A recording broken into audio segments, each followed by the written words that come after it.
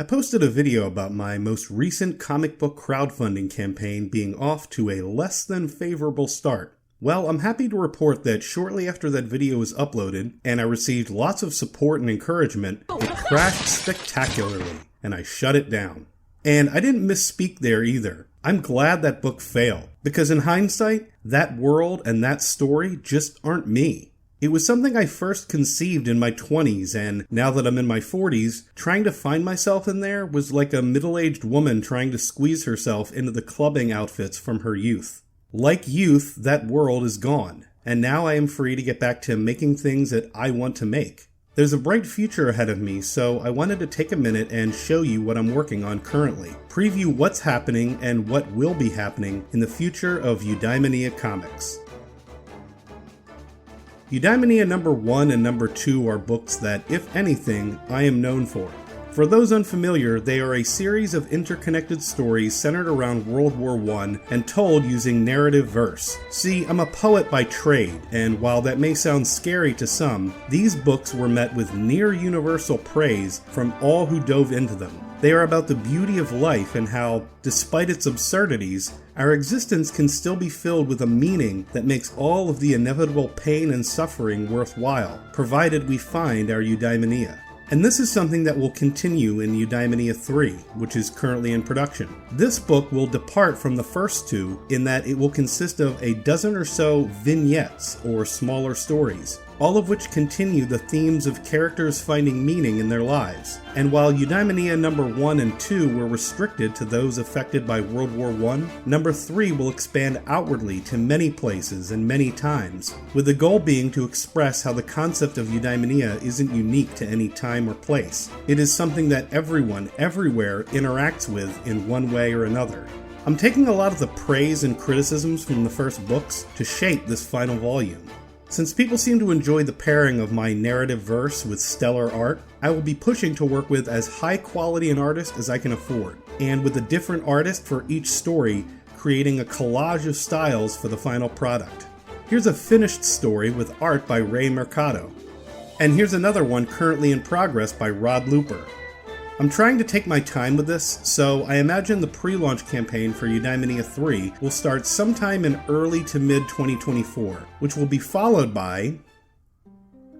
Speaking of Eudaimonia and also of taking advice, lately I've been thinking a lot about refining those first two books. They were, in many ways, like catching lightning in a bottle, and a big part of that involved finding someone who could just do everything. The artist also did the colors and also the letters. At the time, this all blew me away, but looking back, I can see a lot of things that could be refined. I definitely want to have the book re-lettered, maybe clean up some of the lapses in meter, and maybe give it a pre-press cleanup. This will go a long way to my next release, Eudaimonia, the complete and remastered hardcover edition. This is something I have been dreaming of for years, a definitive hardbound complete edition of Eudaimonia. I have no idea when this is coming, certainly not next year, but just know this is something I'm actively working towards.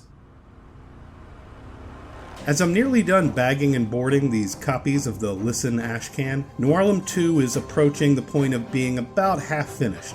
At the time of this recording, the inks are 50% complete, as are 1/3 of the colors. It's coming along, and to be honest, this story is really going to be something. See, the first book of any series is like a tightrope act, trying to introduce characters, concepts, and world building, all while trying to deliver a satisfying story. But with the second book, most of that work has already been done. So it frees up a lot of time to focus on just delivering a solid story, or in this case, a solid mystery. Eli Weiss is one of Manhattan's most powerful figures, but when a woman falls to her death from one of his lavish parties, he turns to Coleman and Detective Baldwin to find out what happened. The problem, however, is that he is not someone that it is safe to go digging around in their life. The more our heroes investigate, the more resistance they encounter from all sides. Was the woman's death a murder? A suicide? Did Eli Weiss's far-reaching influence have a role to play? Find out in Noirlum 2, launching probably late 2024. Or you can grab one of these 14-page ashcans that introduces the story at the link in the description for just $7. I'm currently getting these bagged and boarded to ship out along with this signed promotional print that's free with purchase.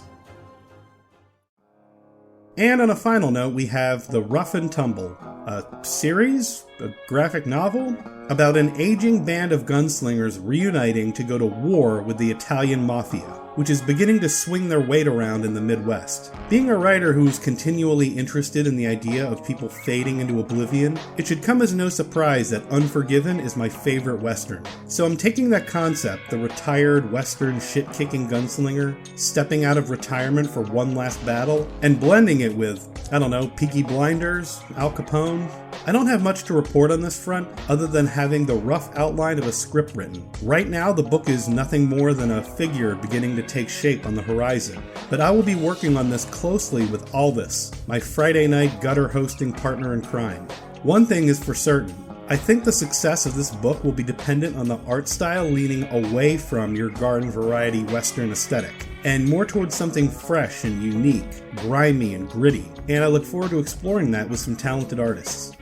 And that's all for the moment. I need to get back to bagging and boarding these copies of Listen. Again, there's a link in the description if you want to grab a copy, and I'll see you when I see you.